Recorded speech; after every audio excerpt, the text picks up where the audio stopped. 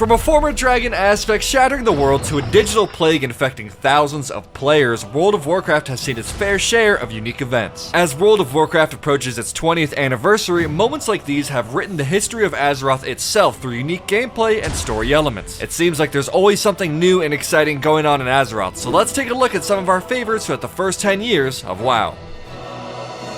In 2004, during WoW's first year of release, players would eventually come across the zone Hillsbrad Foothills. Despite the zone's beautiful and seemingly peaceful atmosphere, Hillsbrad would actually become one of the deadliest zones of WoW's early years. The zone contained leveling questlines for both Horde and Alliance. The Alliance's main town, South Shore, was located here, and the Horde's town, Terran Mill, was a little ways up north, located here. Their close proximity caused players to constantly bump into one another, and all it took was a little spark of world PvP to ignite a never-ending conflict between the players in this region. With both factions spawning nearby in their respective towns and immediately running back into the fight, a never-ending battle waged on to push the enemy back into their town. There were no actual objectives like in modern PvP modes. Players were just fighting each other for the pure fun of it, and they became server legends. The endless battle was a precursor to the introduction of Battlegrounds a year later, and would be immortalized in the modern PvP brawl, Terran Mill vs South Shore.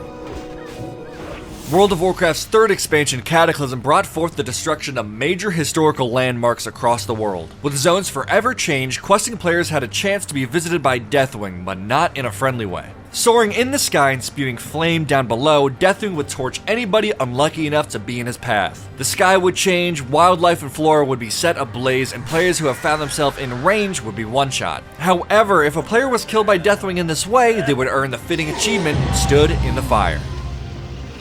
Back to Vanilla WoW. In 2005, the Rise of the Blood God patch was released, bringing with it the Zul'Gurub raid. Inside, the final boss, Hakar the Soul Flare, had a surprise waiting for players that would end up accidentally killing thousands of players and causing an in-game pandemic. Hakar had a debuff that would be cast upon players named Corrupted Blood, which would deal damage over time to anybody afflicted and would spread to nearby players. Normally, this debuff would be removed at the end of the encounter for anybody that still had it, but there was an unforeseen carrier, companion pets. Animal companions could be hit with this debuff, and if they were dismissed before the fight ended, they would retain it until summoned again. As soon as the first infected pet was summoned in a capital city, everything was set in motion. No longer contained in Zul'Gurub, the debuff spread like wildfire to everyone and everything, players and NPCs alike. For nearly a month, players were being killed by corrupted blood, so much so that players would distance themselves from each other to try to contain the spread. This event would become so infamous in-game that it would forever be known as the Corrupted Blood Incident. A little later, after this virtual pandemic, epidemiologists from the CDC used data from this incident to help aid in disease modeling research.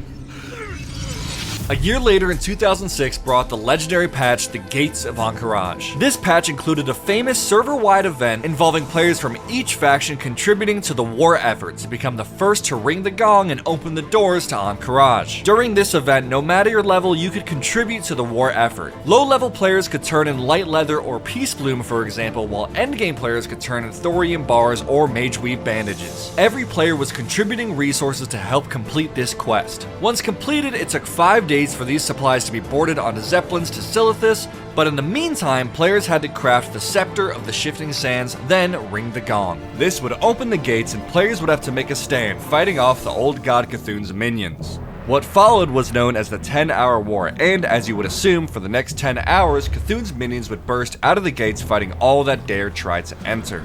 After the strife was over, the gates would trigger, allowing players to enter the new raids, Ruins of Ankorage and Temple of Ankorage. One of the rarest mounts in WoW was obtainable from this event, the Black Courage Battle Tank, and was only granted to players who rang the gong within the first 10 hours of the first person. Fantastic! With a new in-game event to celebrate WoW's 20th anniversary, you can re-experience some truly epic moments of WoW history like the opening of the AQ gates, or battling through Blackrock Depths reimagined as a raid. WoW may be 20 years old now, but for each day, new stories are being told, events are being added, and legendary rewards are being earned. There's never a bad time to hop in and contribute to WoW's history yourself. Any fun events you remember that we missed? Leave them in the comments below, and we'll see you in Azeroth.